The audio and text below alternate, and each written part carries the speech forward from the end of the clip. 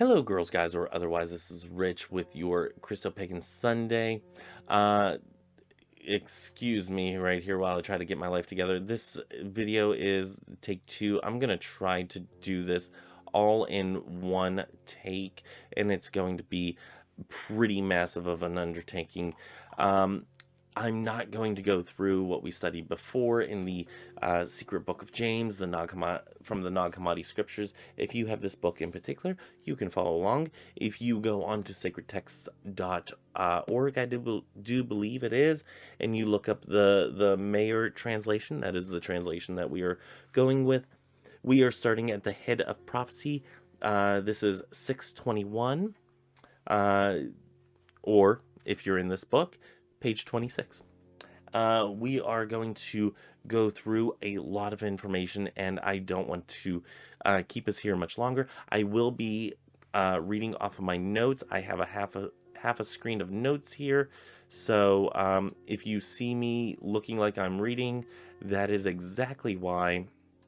Let me just get my OBS here kind of organized. And we're going to get that organized.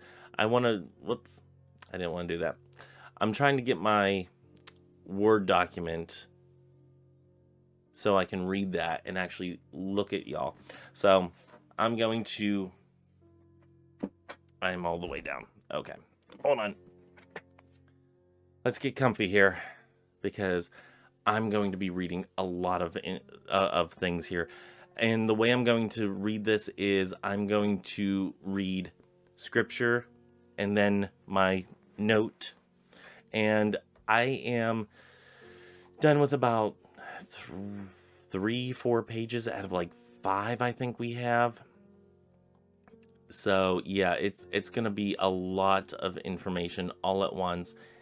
And that's not what I wanted to do either. So yeah, there's going to be notes for a good half to 3/4 of this, and then I'm just going to say, okay, here's my take, and I'm going to ad-lib the rest because I want to get this edited and uploaded in a relatively good amount of time that y'all can see this, and I don't want it coming out tomorrow night. I want it to come out at its normally scheduled time. So anyway, we are starting at the part that is called the head of prophecy. So if you would like to follow along there, I'm going to read the scripture, like I said, and then just say note and go into my notes. So I'm going to try to do this all in a nice little flowing motion here. And let's not have to edit any of this. Okay, so scripture. Then I asked him, Master, how can we prophesy to those who ask us to prophesy for them? These are many who bring a request to us and look to us to hear our pronouncement. Note, I am not a fan of those who attempt to prophesy for others. If you don't know, there are a handful of evangelical Christian groups out there who are claiming to be prophets. These are also the ones that are encouraging quite horrific acts that people from their church are committing because of this prophecy. Genuine prophecy, I have no problem with it. It's fine, whatever. But we need to approach this with a modicum of logic. So I just wanted to note that on prophecy there. Scripture. The master then answered and said, don't you know that the head of prophecy was cut off with John? Note. This is an odd comment about John the Baptist being the head of prophecy, especially since Christ himself had also prophesied many times. This is difficult for the overall timeline of the situation, but let's see where it goes. Scripture. Then I said, Master, it is impossible to remove the head of prophecy, isn't it? Note, my thoughts exactly. Scripture. The master said to me, when you realize what head means, and that prophecy comes from the head, then understand the meaning of its head was removed. Okay. Note. This is odd that he doesn't actually give us what he means by the term head. and it's just never answered. Scripture. First I spoke with you in parables, and you did not understand. Now I am speaking with you openly, and you do not grasp it. Nevertheless, you were for me a parable among parables, and a disclosure among things revealed. Note. I think this still can be said 2,000 years later. There have been whole books written on what a certain parable meant. I've done videos on certain parables and my interpretations of them as well. I think there can be a perpetual downward spiral that we can go down when it comes to the meaning of a parable, since there's no clear cut, this is what the meaning of this parable is. Christ sometimes spoke in riddles, as many teachers do, and I think this lends itself to the student finding the meaning of what it means for themselves. Instead, we have taken, for many of these parables, as having a set meaning for everyone. And I don't think this is necessarily true. Then he says he is speaking to them openly, but I feel there's still so much cryptic talk here that it does make it hard to decipher what is actually meant. This follows through with the next phrase because I'm not sure how to interpret it. Yeah. Oh, I'm sorry. This follows through with the next phrase, and I'm not sure what it means by being a parable among parables. This is an odd phrase, and I don't know how to interpret it. Let me know in the comments below if you know what this means or what your hypothesis of this meaning is. And I'm not cutting out any of this rambling bits because I want to get this up in time. We're just going to keep on moving along here, and we're going to accept that, and we're going to love it. We're only 7 minutes in, and I also want to stop here and say, I don't think I said this in this take, but if you are not yet subscribed, hit that subscribe button. It's right down there. Hit that bell notification because YouTube doesn't do what it used to, and bell notifications let you know when new videos come out and remind you to go and watch them. Remember to hit that like or dislike button. It all appeases the algorithmic gods of YouTube. All hail the algorithmic gods of YouTube. And make sure you leave comments because I want to know your thoughts and feelings on this, because a lot of this is very confusing for me. So, with that, let's go back into it. Scripture, be eager to be saved without being urged. Rather, be fervent on your own, and, if possible, outdo even me, for this is how the Father will love you. Okay, note. This seems to be pretty plain to me. This is much like the beatitude of the blessed are those who hunger and thirst for righteousness. This is the urging for further knowledge and really getting into all the nooks and crannies of spirituality. We shouldn't need to be urged to be saved, but rather should be self-motivated for the saving act. When I say saved, I want to clarify what I mean. I see being saved as being saved from a continual life and death cycles that we go through, that all brings us closer to the almighty grand architect of the universe, also known in some practices as the almighty, the Drighton, the universe. Use whatever nomenclature fits your practice. This, I don't think, is a one and done salvation either. I think this happens over several lifetimes, but each time we get closer. We are also told in this phrase that if we are fervent in our progression, we can possibly outdo even Christ himself. We are also told that this is how the Father will love us. So by constant striving to better ourselves and be closer to the Father, this is how they will love us. So, Scripture.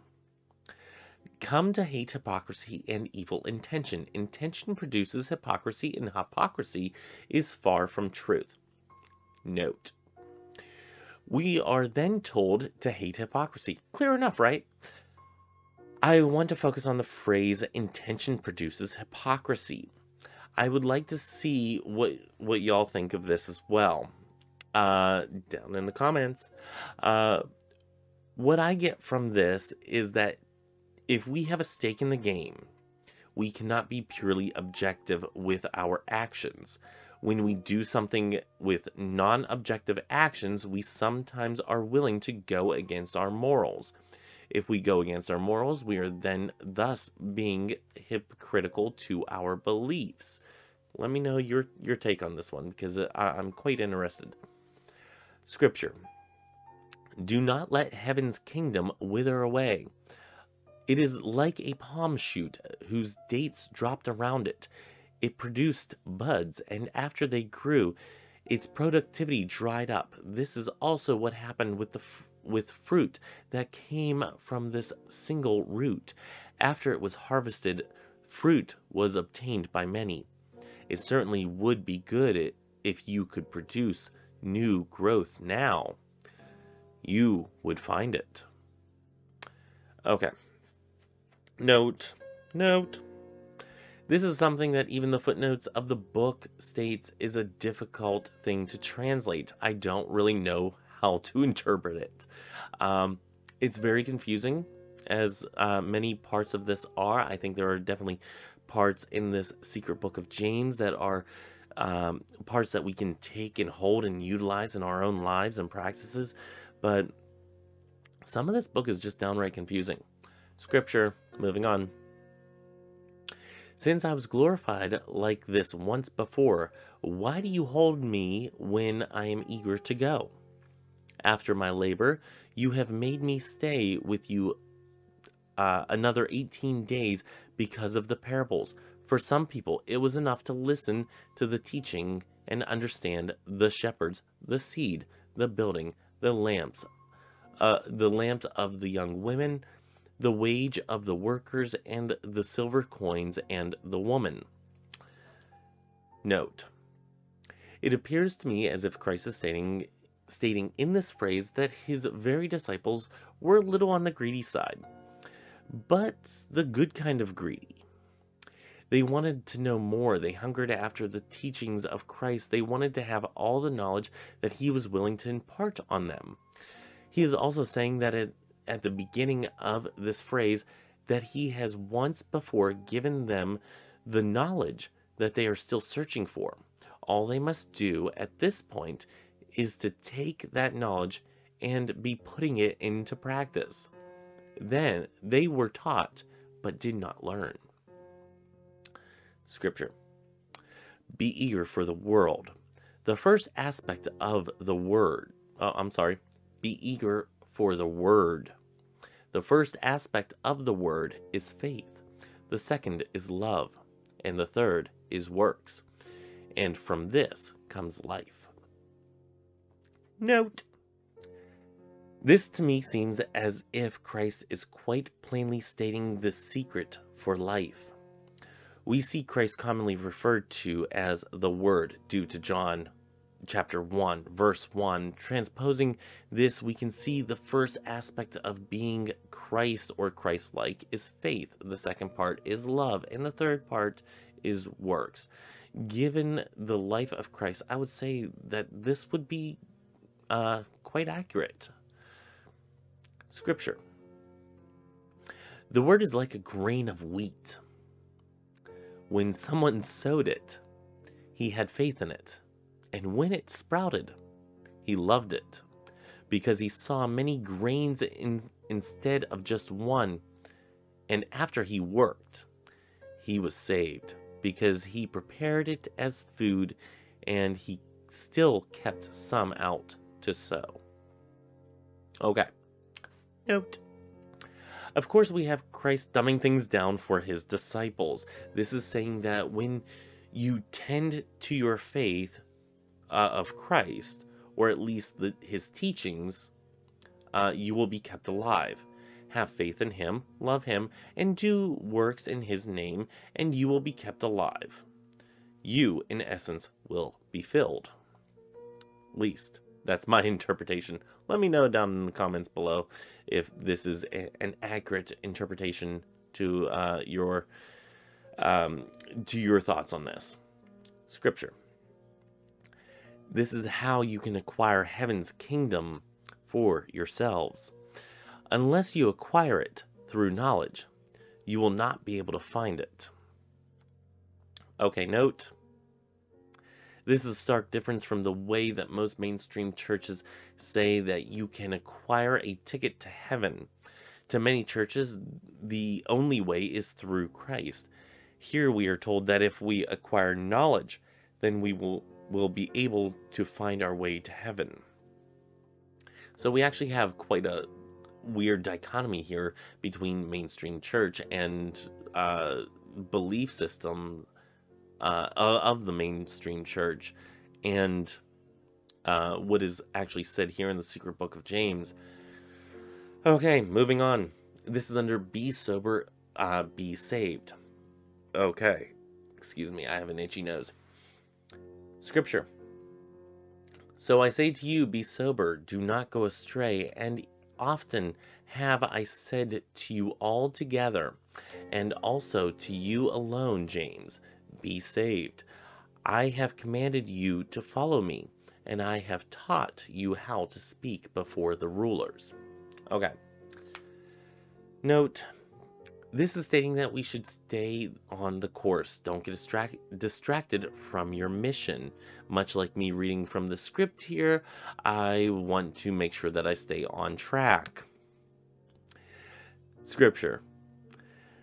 See that I have come down and have spoken and have exerted myself and have won my crown when I saved you. I came down to live with you, that you might also live with me. And when I found that your houses had no roofs, I lived in houses that could receive me when I came down. Note. For one, before I read my note here, I want to say that last part of the line seemed kind of weird and kind of odd, and I don't know if that was a translation error or what, but it just seems kind of odd to me. Note. He's saying here that I have brought myself down here to you so that you could be with me in the hereafter. Fairly straightforward speaking here. No comments. Yeah, I say no comments, but I have comments. Yeah, it's kind of straightforward. It's kind of self-explanatory if I'm interpreting this correctly, which, again, I'm not sure I am. So do leave comments below on your interpretations. Scripture. Trust me, my brothers. Understand what the great light is. The Father does not need me. A father does not need a son, but it is the Son who needs the Father. To him I am going, for the Father of the Son is not in need of you. Note. Okay. This is the Gnostic teaching of the Great Light, or at least that I understand it as. This would be the universe, the Triton, insert whatever name for the almighty powerful thing in the sky or wherever that you subscribe to. No judgments here. Christ is basically stating in this phrase that even he is in need of the great light. There is something greater than him, and we need the light as well. But the light, the big light, the grand architect as I call him, or it, does not need us. So important things to note where we stand in the grand scheme of things. Scripture. Listen to the word, understand the knowledge, love life, and no one will persecute you. And not one, or not, no, what? Hold on. Does it say not one or not no one? I might have mistyped it here. Play amongst yourselves. Okay. We were right here. Okay. And no one will oppress you other than yourselves. Okay. I mistyped. Sorry. We're back. Note. This is perplexing compared to some of the phrases of Christ. We see in the canonical Gospels that Christ states that we will be persecuted for our belief in him. However, given this phrase, we are to assume that we bring this on ourselves, not that others bring it on us. If my interpretations, of course, are correct. I may think they're correct, but I am totally willing to be told otherwise. So from here on, I do want to say that I don't really have notes written down or typed up, so this is going to be kind of ad-libbed. I'm going to go ahead and pause the video right here because I need to get a drink and whatnot. Okay, and I'm back. See, you didn't even notice I was gone. Okay, we are in the section of Woe to you, blessed are you. Scripture. You wretches, you poor devils, you pretenders to truth, you falsifiers of knowledge, you sinners against the Spirit, do you dare to listen when from the beginning you should have been speaking? Do you still dare to sleep when from the beginning you have been awake, so that heaven's kingdom might receive you? I tell you the truth, it is easier for a holy person to sink into defilement, and for an enlightened person to sink into darkness, than for you to reign or not to reign. Note. I'm confused with the phrase. We don't have reference to what context this is done in. It just seems like in this section, Christ kind of goes off the rails and starts, just yelling. And I don't understand it. I don't have words for it. I don't know why. He has been known to have an anger issue from time to time. Most notably whenever he was turning over tables and whipping people and whatnot in a synagogue, because they were doing things there that they were not supposed to. He was very offended and let it show. So he has been known to have a temper. I don't know if this is just a mood swing or what the hell's going on here. Figuratively speaking, of course. Scripture. I have remembered your tears, your mourning, and your grief. They are far from us. You, who are outside the Father's inheritance, weep when you should mourn, and preach what is good. The sun is ascending, as is proper. Okay, note. So we have here your mourning, your grief. Okay, that I get, whatever. Well, not whatever, but you get what I mean. So all of this grieving and mourning, it is far from us. Okay, fine. It's been a little bit of time between the time that Christ died and rose again, all that good stuff. It's weird that he says you are outside the Father's inheritance. Weep when you should mourn. I'm not understanding why. Like, what's the big difference between weeping and mourning? Is it a level of sadness? Is it that big of a difference? I'm not understanding this. And preach what is good. Okay, understanding that. The sun is ascending as is proper. Really odd phrasing here. So, please help. I need somebody help. I'm gonna get demonetized. If I ever get monetized, that is. Okay. And we're gonna go back to scripture here. I tell you the truth. If I had been sent to those who would listen to me and had spoken with them, I would never have come down to earth. Now be ashamed. Note. Okay. So this is kind of a backhanded comment, I think, to the disciples. I mean, these poor guys, they are sitting there. They're kind of just, wanting to learn and learn and learn and be taught by this magnificent being. And he's like, well, if I had better things to work with, maybe my message would be understood, but apparently you're not the brightest bulbs in the bunch. I should have picked the other guys. So in my theory here, Christ came and he's like, oh, here's my first string picks, but somebody else already got them. They went to like Buddhism or something like that. And he's like, oh crap, I got these guys. That's my theory on this one.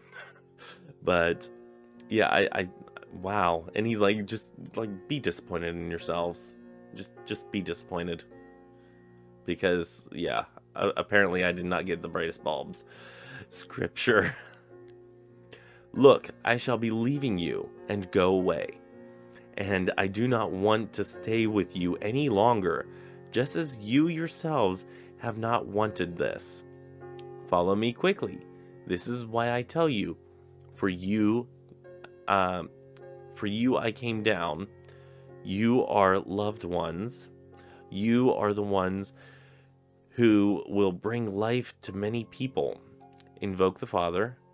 Pray to God frequently, and he will be generous with you. Note. Pretty straightforward language here. He's saying, okay, I'm going to be leaving soon. Yeah, I'm going away. Follow me. Do what I'm saying to do. Follow my my commands to you, and yeah, do what I tell you to.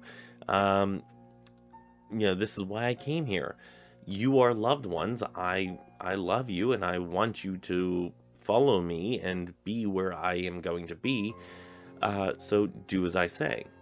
Then he says, you are the ones who will bring life to many people. You are the ones that are spreading this news to people. So you're in fact going to save them from this perpetual cycle of living and dying and living and dying, living and dying, living and dying, living and dying, living and dying. You're the ones that are going to help, slow that and eventually stop that perpetual cycle. And by doing that, we invoke the Father, pray to God frequently, and he will be generous with you. Okay? I think we have our mission. Scripture. Blessed is one who has seen you with him when he is proclaimed among the angels and glorified among the saints. Yours is life. Rejoice and be glad as children of God. Observe his will, that you may be saved. Accept correction from me and save yourselves. I am meditating for you with the Father. I'm sorry. I am mediating with you with the Father. And he will forgive you many things. Note, I do apologize for that reading there. I don't know why meditating was coming into my mind there whenever I was reading mediating. Anyway, so what we have here is, blessings. Blesses you, okay, proclaimed among the angels and glorified among the saints. So yeah, you are, blessed. You have life. Or you can obtain life. Rejoice and be glad as children of God. Okay, pretty self-explanatory. Observe his will, and you will be saved. Pretty self-explanatory. You're saved from this perpetual cycle, living and dying, living and dying, living and dying. Accept correction from me and save yourselves. So basically, do as I say, and you're going to save yourselves. I am mediating for you with the Father. He's going to be speaking on our behalf. He's going to be basically an ally in our corner, and he will forgive you of many things. A generous, loving God. Definitely not the one from the Old Testament. Oh, I do apologize for that. I don't mean to ever yawn on camera. Keep in mind, this is like 11:15 at night on Saturday, so yeah. Just a little context. It's not that the context is boring, it is that I am tired. And little pause here. Tomorrow I have to help. I don't know if I already mentioned it on this video or the previous recording, but tomorrow I have to help somebody move some furniture and whatnot, and I have to be out the door by 10 o'clock to make it to their house for 10:30. And yeah, I'm trying to get as much of this done as possible so I can upload it and have it for the regular time. That way I don't have to do it in the morning, and I can actually sleep a little bit longer and whatnot, you know, get some of that well-needed rest. Anyway, we're going back into the scripture here. This is under the heading of Few Find Heaven's Kingdom. And this is the last section that we are reading. We are on page 5 of my notes, or 5 of my typed out portion. When we heard this, we were delighted. This is the scripture here. When we heard this, we were delighted. We had become gloomy because of what we said earlier. But when he saw us happy, he said, okay, pretty self-explanatory. Woe to you who are in need of an advocate. Odd. Note, odd. Woe to you who are in need of an advocate. Usually people that are needing an advocate, we don't say woe to you, but okay, let's go ahead and keep going here. Scripture. Woe to you who stand in need of grace. Note. I'm just gonna kind of let that one hang there for a second. I need to do a video on what I see as grace in the future. Maybe a little bit more in depth of a video, but for me, grace is a blessing, a deific blessing, like a forgiveness and a blessing all wrapped into one.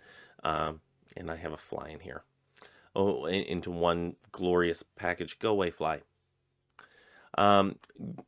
Scripture here. Blessed will be, blessed will they be who have spoken out and acquired grace for themselves. Note. This is basically the concept of God helps those who help themselves. Which doesn't really quite make sense, because if you didn't need any help, why are you getting the help?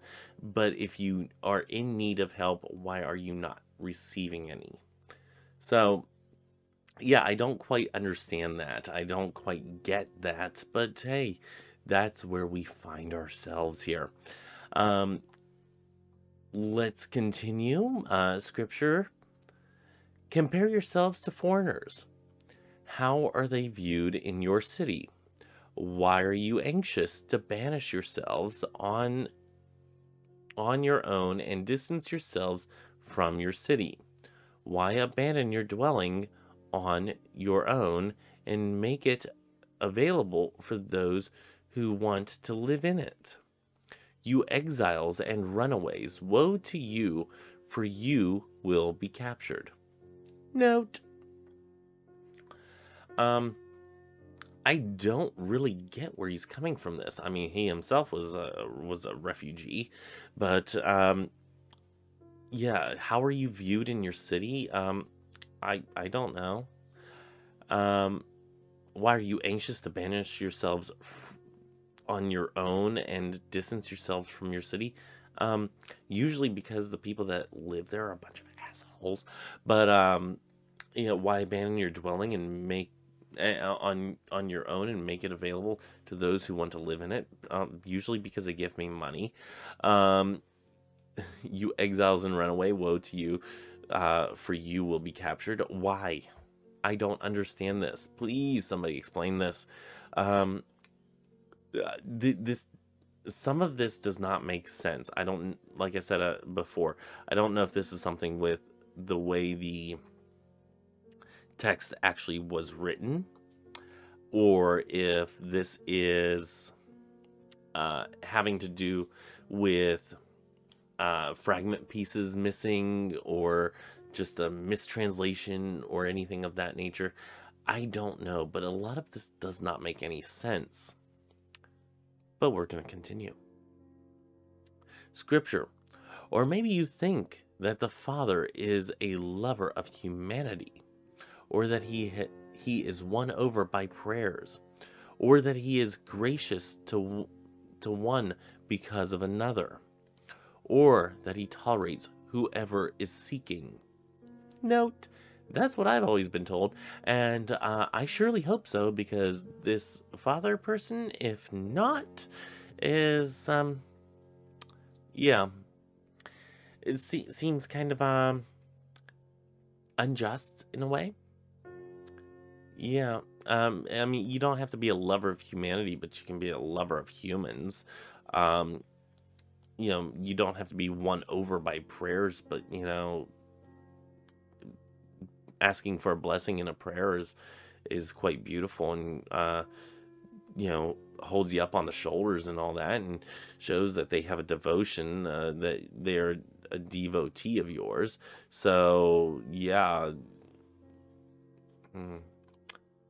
And if he doesn't tolerate whoever is seeking, then why is he there? I mean, why are we here then, if we're not going to be tolerated even as, meager little flesh sacks that we are?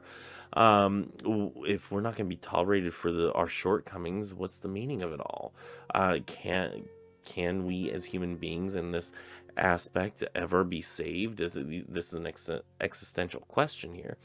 But if this Father being is not tolerant of our shortcomings and knows that we are going to continually try to be better and to better ourselves, then then why even try as a human being?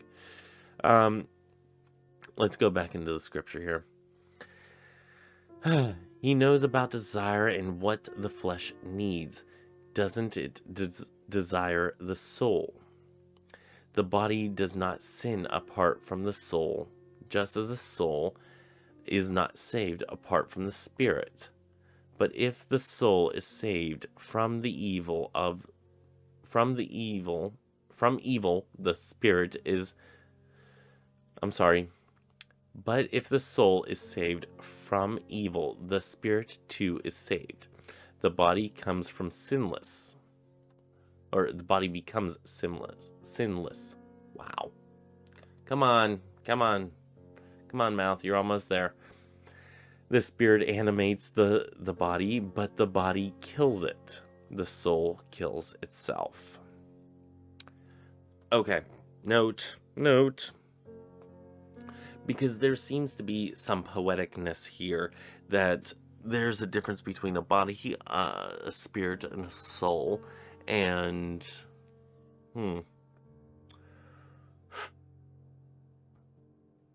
the body doesn't sin, but the soul does, and the soul is not saved apart from the spirit. Okay, but if the soul is saved from the evil of the spirit, why is the spirit evil? Okay, that I don't understand. How does the spirit get evil and then infect the soul and then the body? And the spirit animates the soul. I am so confused here.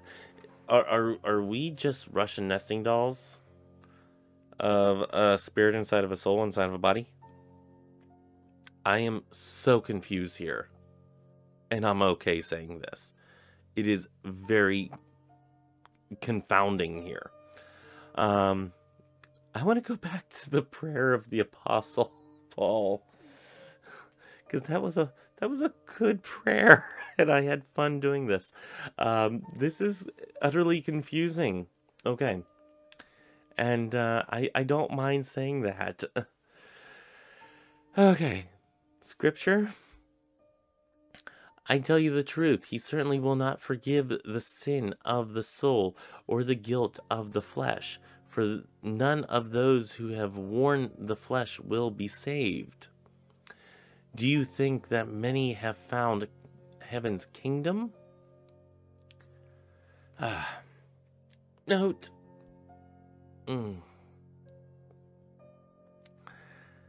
Okay. So he will not forgive the sin of the soul or the guilt of the flesh. Okay, because none of those who have worn the flesh will be saved. I don't understand that. Then how are we saved?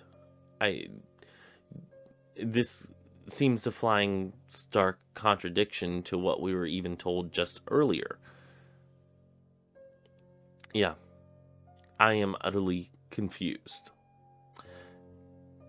Scripture, last part.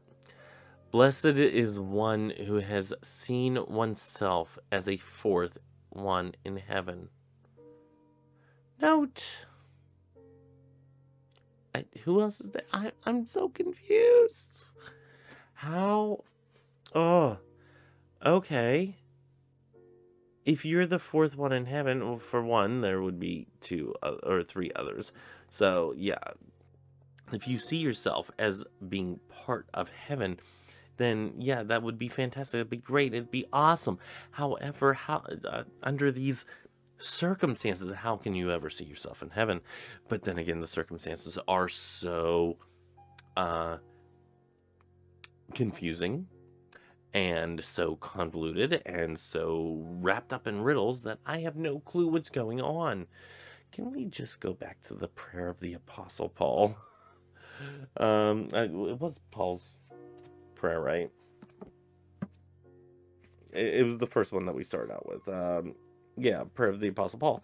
Can we go back to that one? Because that one was a lot more fun to try to decipher. Yeah. And unfortunately, we don't have a lot of books out there that will help with commentary. I mean, for the Nag Hammadi text, we don't have, Bible commentary. We don't have Nag Hammadi commentary.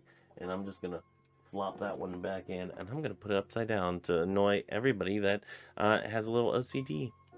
So, yeah, you just love that, I'm sure. And it's just going to sit there and be upside down, and even though my head's right there we go. Yep, okay. Go that way. Yeah, you guys can just, or y'all can just get annoyed that that thing is upside down. I'm just going to sit like this the rest of the video. So I hope you found some part of this study helpful. There is so much that is so confusing about reading this this part of Scripture, this part of the secret book of James. Some of it is quite plain forward, and I have no comments on. It seems pretty logical. However, there is so much that is so not known or not understood because we don't have anything that we can go to, such as this commentary or that commentary, or I think I have one up there somewhere, which y'all can't see. But we don't have any commentary like that. We don't have anything that we can utilize as commentary, except in here, we get footnotes. We get footnotes, but we don't get anything that is really substantial on what each verse means, a verse by verse breakdown. Don't worry, y'all. I'm gonna fix that book right after this because I can't stand books being upside down. But y'all with OCD tendencies, just sit there and suffer with that. But yeah, I don't know what to think of this week's reading. I hope you found parts of it helpful or enlightening. Maybe you have an understanding that I don't about some of this or all of it or any of it. But please do share with me if you do. if you know of a commentary that is out there, uh, then yeah, let me know. Um, from what I've looked, and the searching that I've done, I cannot find one that is like a breakdown of verse by verse commentary, similar to a Bible commentary where you look up one verse and it has like paragraphs of that one verse. I found nothing like that on the Nag Hammadi scriptures, but it could be that they are so new that we don't have anything like that. Um, I just don't know. So if you know of anything like that out there, please let me know. We are going to continue with this struggle next week. I'm going to try to be a little bit more prepared with this next week's study, as we are finishing out the secret book of James. We are going from, let's see, page 28 at the very bottom. We're going to cover know thyself, or know yourselves, and the last word, apocalyptic ascent, and final advice. We're going to go through these last 4 sections next week, and we're going to just finish out this book, and then we're going to do 2 weeks of old school scripture, so the canonical, the canonical scriptures there, the canon, and then yeah, aren't we doing that one? I said we were going to do something else. What did I say what we were going to do? I can't remember. Now I'm going to have to look back at a video, because I think I mentioned something. Are we doing Bible spells the week after and the following week for Spelltember? Is that what I said? Somebody who watches all my videos, please comment below what I was going to be doing the last 2 Sundays in September. Were we doing Bible spells, or what were we doing? Y'all let me know in the dibbly-doo. Y'all know the drill. Anyway, I'm going to get off of here. I'm going to get off because it is 11 o'clock. I still got to put the background music, that nice soothing background music, and then hit upload. So until next time, may you have love, hugs, and ladybugs. Bye.